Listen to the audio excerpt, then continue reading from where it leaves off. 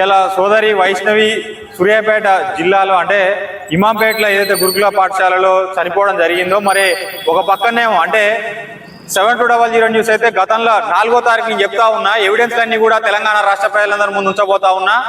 ఈ అసలు స్కూల్లో ఎందుకు చనిపోవడం జరిగింది ఇవన్నీ కూడా క్లియర్ గా తెలవాలి. ఇలా ఇది ముమ్మాటికి ప్రభుత్వ హత్య. ఎందుకంటే పిల్లలకి తిండి పెట్టలేక దుస్థితి తిండి పెట్టలేని దుస్థితిలో ఇవాళ ఈ ప్రభుత్వం ఉంది. ఇవాళ మరి రేవంత్ రెడ్డి ఇంకొకలా ఏ ముఖ్యమంత్రి అయినా సరే మాకు సంబంధం లేదు, కానీ ఇవాళ పిల్లల్ని చంపడానికి కాదు బళ్ళకు పంపేది, చదువు కోసం పంపుతా ఉంటే మీరు చంపి బయటికి పంపుతా ఉన్నారు. ఇదా కోరుకునే తెలంగాణ రాష్ట్ర ప్రజలనేది కూడా ఒకసారి ఆలోచన చేసుకోవాలి.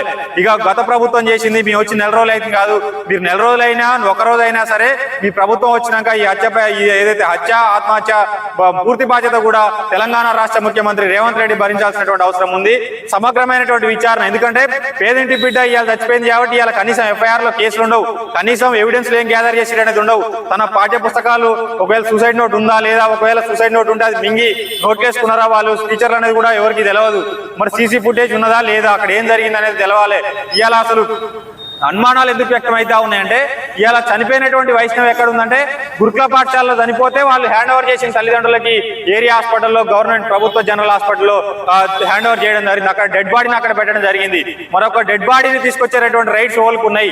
దేనికి ఎట్లా తీసుకొచ్చారు, మీరు ఎట్లా తరలించారు ఉపాధ్యాయులు? మరి ఏమన్నా ఆ ఫేర్వెల్ పార్టీ తర్వాత ఏమన్నా చంపినటువంటి సంఘటన ఏమైనా జరిగిందా అనేటటువంటి ఆ విధంగా కూడా విచారణ చేయాల్సినటువంటి అవసరం ఉంది. ఇక పేదింటి బిడ్డగా చచ్చిపోయింది ఏదో అనుమానాస్పద వృత్తి అంటే గతంలో కూడా కొప్పోళ్ళ బీర్సీసాలు పైన మీద కింద పొడిచి చంపితే ఒక మహిళని ఒక దళిత బిడ్డని చంపితే ఏది ఏ సంబంధం లేదని పూడ్చిపడేసిరు. తర్వాత ప్రజలంతా కూడా ఉద్యమించిన తర్వాత రీపోస్ట్ మార్టం చేసి ఆ నిందితుల్ని తీసుకుపోయి జైలు వేసిరు. అప్పటిదాకా ఆ నిందితులందరినీ కూడా దున్నపోతులు మేపిరు. ఇవాళ ఆ బిడ్డకు న్యాయం జరగాలంటే ఖచ్చితంగా తెలంగాణ రాష్ట్ర ప్రజలంతా కూడా కదలాల్సినటువంటి అవసరం ఉంది.